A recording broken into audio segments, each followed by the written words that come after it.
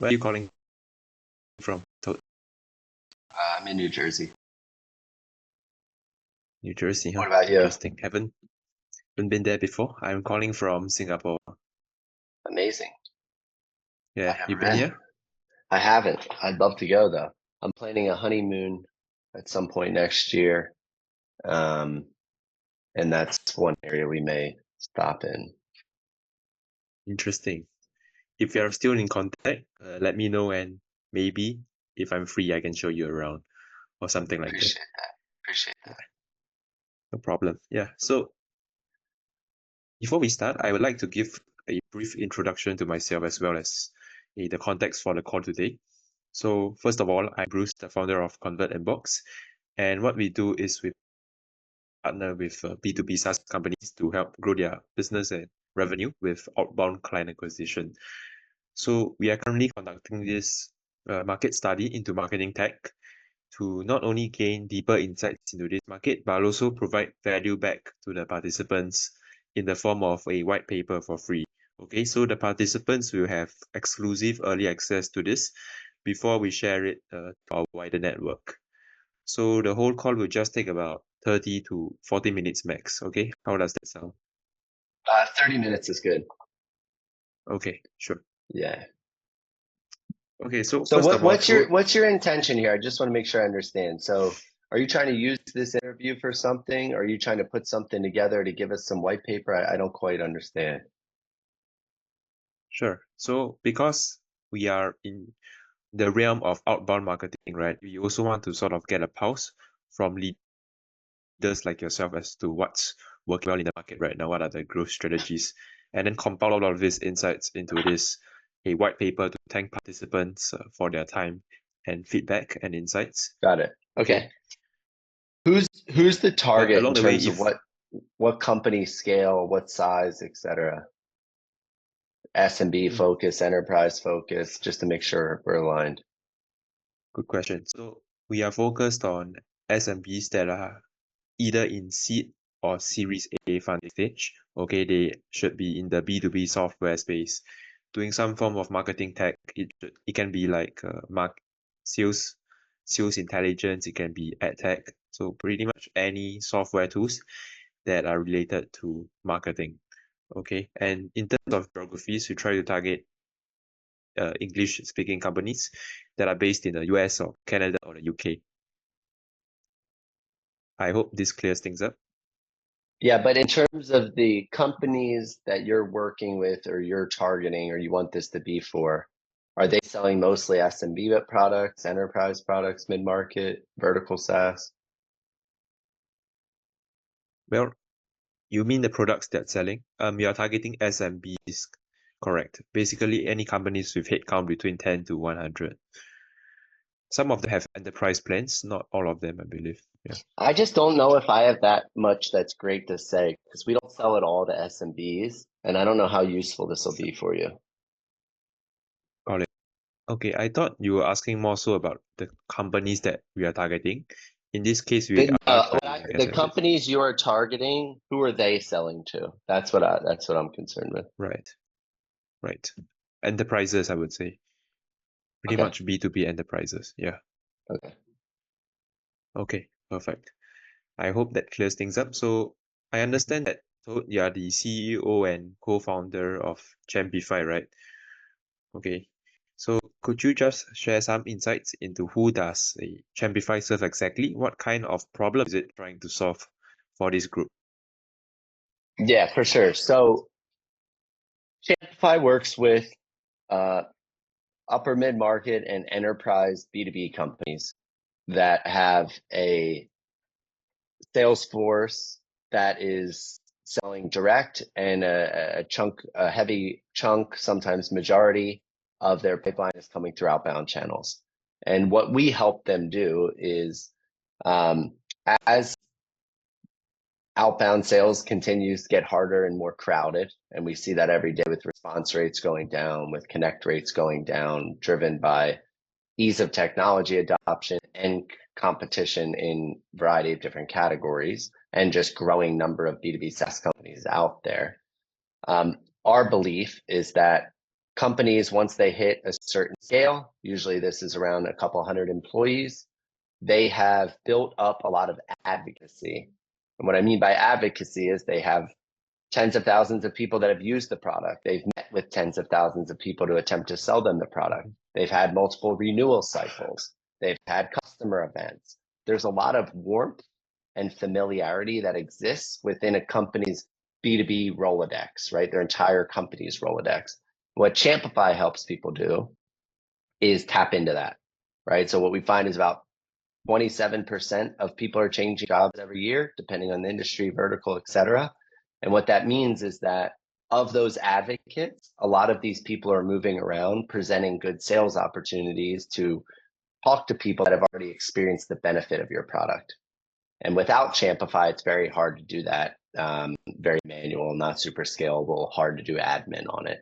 So we have a Salesforce-based application that helps sales teams get key insight into where are the advocates in their overall B2B, their network moving, and how to act on that, which could be, hey, I'm trying to break into a new target account, or we just had a former buyer move into existing customer. We need to drive better adoption, or we just had 3 key execs leave an existing customer account. This presents a churn risk, that type of insights. Right. So you mentioned that you targeted a upper mid to enterprise market companies, right? Typically, where are these companies based in terms of their industries? Yeah, so for the most part, we're still a seed stage company, so we spend a lot of our time on a narrow list of accounts. We think that our product is useful for a massive market, but who it's most useful for today, we spend our time targeting about 2,000 different accounts, mostly in North America or Western part of Europe, that are mostly in B2B software. We have some folks that sell data-oriented products or financial services-oriented products or high-end professional services, but mostly these are B2B software companies using Salesforce that have a relatively large outbound sales organization. Sure. So you mentioned also that this product is built on top of Salesforce, right? So one of the prerequisites for them being a customer is that they have to be currently using Salesforce already. Is that what I get it? Correct. We'll eventually build it for other CRMs, but right now there's a very, very big market just for Salesforce. We're staying extremely targeted there. Got it. And then I think you also mentioned you are currently only targeting about 2,000 plus accounts. So it's a really small list, right? Yeah, I would say we really focus on about 500 accounts. I think the addressable market is significantly bigger than that, but we believe that there's 700 to 2,000 accounts that are absolute sweet spot for us right now, and that's where we spend all of our sales and marketing attention. Got it. Got it. And who are the people that you would love to speak to from these organizations? What are their job There's titles for three these decision makers? specific, there's 3 specific parts of the organization we target. The first is sales development and sales leadership. Oftentimes it's our SDR leaders, commercial sales leaders, CROs, VP of sales. Secondly is the rep ops organization. Sometimes that includes enablement, sometimes it doesn't, but most revenue operations, people that are thinking about territory planning or pipeline productivity. And then the last one is demand gen teams. So a lot of times we're seeing SDR orgs sit under marketing, thinking about an overall pipeline goal, and sometimes CMOs, VP of marketing's demand gen leaders will bring us in. They're the 3 key personas for us. Got it. And let's go back to the point earlier about you reaching out to a very small targeted list, right? So that's pretty much account-based marketing already. So what kind of channels are you using to sort of reach out to these people? Is it like an omni-channel approach as well? It is. First, the way we think about this is general awareness within those accounts. So what we do is we invest heavily in LinkedIn organic. So I spend a lot of time writing on LinkedIn, sharing my thoughts, et cetera, and it's built a growing audience. I don't care that much about the follower count. I care about which of those people in key accounts are engaging with us, right? Following us, liking, et cetera. We also put on a lot of webinars, and we've drove a lot of people to them. I think based on our credibility and experience and the types of customers we're working with, we'll do a lot of thought leadership, what's happening in the market, et cetera. That's how we think about awareness. In terms of pure pipeline generation, some of that turns inbound. We get about 40% of our pipeline comes inbound. The other 60% is on traditional outbound channels, which are a combination of LinkedIn, email, cold calling. In general, we don't do tons of automated email. We do that more around sharing information or someone starting to follow our company, things like that, but not as much on, hey, let's go book meetings through cold outbound. We've run a lot of experiments there and hasn't proved to be super fruitful. And with a relatively narrow TAM to start, we're very cautious about how much automation we're sending to those types of accounts. The biggest channel for us, the most successful channel, is on the phones. We book about 60% of our meetings via calls, and we have a strong cold calling culture here. Okay, that's cool. So you mentioned that relying on these outbound channels, you are not sending these emails automatically, right? It's sort of manually sending them because it's account based. Okay. And then you also mentioned you did a lot of cold calling, which has been seeing a lot of success in gathering your qualified prospects. Is this all handled internally within the team, or do you also have someone that is external that is handling all of it for you? All internal. Yeah, we don't work with any agencies or don't have any outsourced things. This is all internal. Interesting. So as the CEO and founder, Todd, what are you responsible for on a day-to-day basis? What are the most important metrics that you care about to measure the growth of your company? I mean, look, we're a pretty vanilla SaaS company, right? So we care about getting new customers, retaining them and expanding them, keeping NPS high and continuously developing the product further. I think the things I'm really focused on are making sure we're hitting the revenue number. And in order to do that, I have a maniacal focus on our pipeline generation and making sure we're having enough new business meetings. For us, the number of new business meetings is a great indication of what's going to happen, 2 to 4 months down the road. So that they're numbers I keep a close tab on. Secondly, I think a lot about adoption of our product. So once we land a customer, are they getting the value? For us, that's very easy to measure. Are they adopting our product? Are they generating the right results from it, et cetera? And then lastly is product, just making sure that we're staying close to the customer, developing new features that drive better outcomes for them. And then lastly, I think this is my biggest job, is just set the vision on where we're going and get the best talent possible. Got it. So pretty much the focus is just on generating more pipeline, product development, as well as hiring the right team members, right, to scale based on your vision. Yeah. Okay. So what are your goals for the company, say, for the next 6 to 12 months? Where would you want to be, say, if you were 12 months and then you were looking back? What would have to happen for you to be happy with the growth of the company? We were trying to double. We're going to double this year, and we're going to try to double again next year. Making sure we're bringing on the right customers and have strong net retention. They're kind of the big focal areas. Got it. When you say double, it's the ARR, right? Just to confirm. Correct. Okay. And then is there anything specific that you're trying to do in order to get there? Or are you just pretty much on track already for this? We're on track this year. In order to do that next year, we need to increase the pipeline generation, right? Which is hiring new reps, ramping them, et cetera. We're exactly where we want to be plan-wise. A lot of this is us making sure we're selling to the right companies and continuously pushing up our deal sizes as well. Okay. And how do you intend to push up your deal sizes? Is it other than just making the product better? Great question. Target bigger companies is the one thing. Like, we have a good understanding of the size of companies and what that, what they pay us to use our services. And then we've introduced new products that are upsells, right? So growing the spend within our existing customers as well.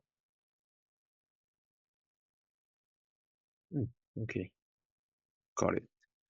Any major challenges or blockers that you are seeing that might slow down your progress of hitting this goal of doubling ARR?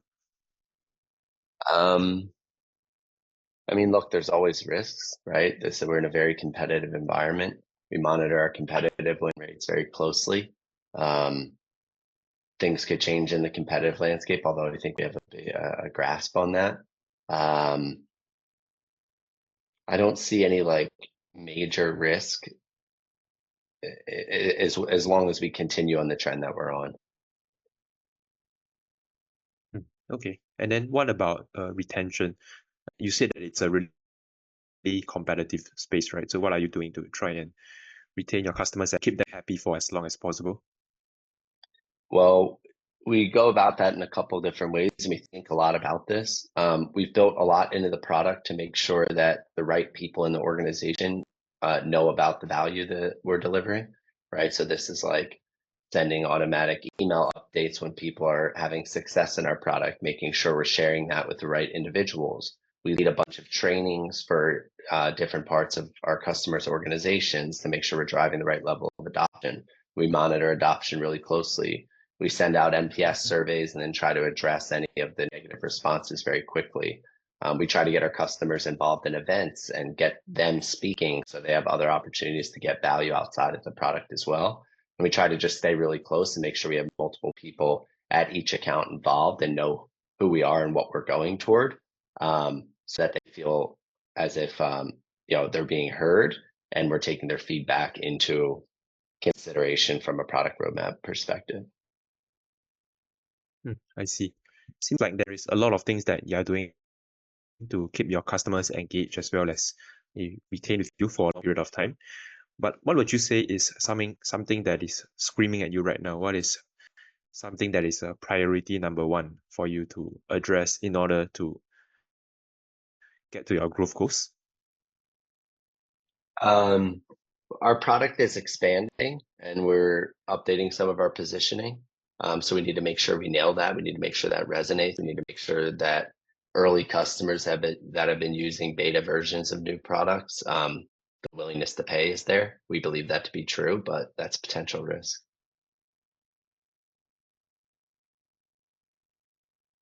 Okay, got it. So, sort of, I understand that this company has been around for like a couple of years, right? What did it have to take for you in order to get to this stage where you can sort of more or less predictably predict the amount of new revenue that is coming in to be able to sort of Um, forecast your pipeline to be able to 2x every year? What did it take? I think the first thing is operational over here, just having really clear sales stages and understanding leading indicators to pipeline. We monitor our deal velocity, our win rate, our competitive win rate, our cycle times, our cycles between different stages, right? That gives us the ability to go then and forecast. Secondly, we've been just maniacal about pipeline generation and making sure that every week the people are doing the responsible or the relevant behaviors to make sure we're generating enough meetings and breaking into enough new accounts. Yeah, they're the big things. I think it's just a constant focus on pipeline generation, a constant focus on driving more awareness. Right. And then I think you also mentioned something about the sales cycle being relatively lengthy, right? Which is typical in B2B SaaS sales. So what steps did you take in order to sort of reduce this sales cycle as well as build more trust with your customers to get those deals over the line? A couple things. So I don't think our sales cycle is outside of the ordinary, right? Our average sales cycle is about shy of 2 months. That changes for bigger customers. It's faster for smaller customers, especially for customers that are coming back to us. But the things that we've done are we try to introduce references into our deals as early as possible so they can go talk to some of our existing customers. We run a POC, which is a very short a very short unpaid POC where people can validate that our product works. And we have a way to do what we call a data test that provides analysis for customers. So it's a strong mechanism for us to get on the same side of the table with them and make sure that we're being looked at as a thought partner and helping them strategically grow their business. But it's really about A, understanding if there's a pain point that they want to solve or an opportunity. B, making sure we're getting to power. C, running very tight, defined proof of concept / data test. And then speeding up our paper process by having a pretty clean MSA based on all of the legal feedback that we've gotten from customer over the years. We continue to tweak our MSA to make sure that we don't get held up in legal or procurement for too long. Right. Seems like it's a really structured process, as well as it's based on identifying what the customer needs first instead of just, trying to pitch. So it also sort of identifies the right customers for you. Yeah, we turn down a lot of customers after the first meeting and we say, hey, we don't think this is a fit. And we spend all our time with people that we know are good fits. Yeah, makes sense. So, okay, that's actually about it for the questions from me. But let's say in terms of the industry of outbound marketing as well as, account-based marketing, where do you see it going in the future? What are the trends that you're seeing? I think it really depends on who you're selling to, right? Like you're seeing companies like Clay and Instantly and a bunch of these blow up, which are like the new versions of Outreach and SalesLoft. And that's great when you have a massive TAM or you have you sell something really SMB. I think there's a lot of companies that have a more narrow target addressable market and target account list that they're selling into. And I think those people, it's started to feel harder and harder. I think the two big things we're going to continue to see are people investing in content and social organically, right? So getting CEOs to be posting on the right channels, putting out a lot of thought leadership. I think we'll continue to see more and more on events, specifically regional events and owned events. And thirdly, I think it's just getting really narrow on type of accounts that people are targeting and tons of activities within those specific accounts, which can be webinars, which can be coming on a podcast, which can be having a consulting oriented call, which could be different offers to be able to shine light on a potential problem, using referrals and networks, things like that, I think are going to continue to grow in importance. Yeah, makes sense. Okay, so that's about it for me. Actually, thank you once again for your Yeah, time of and course. for I got sharing to jump the in 1 minute insights on too. this So call. Bruce, sorry. Yeah, before we Hopefully jump this off, was right? useful. Please I'll share share the anything white with me paper before with you you once share. it's Yeah. so I'll share the white paper with you once it's ready in about 2 weeks. But before we jump off, who else do you know in your network or companies that might be interested in a similar sort of interview? I don't know. Let me think about it and I'll come back to you. Oh yeah, okay, no problem.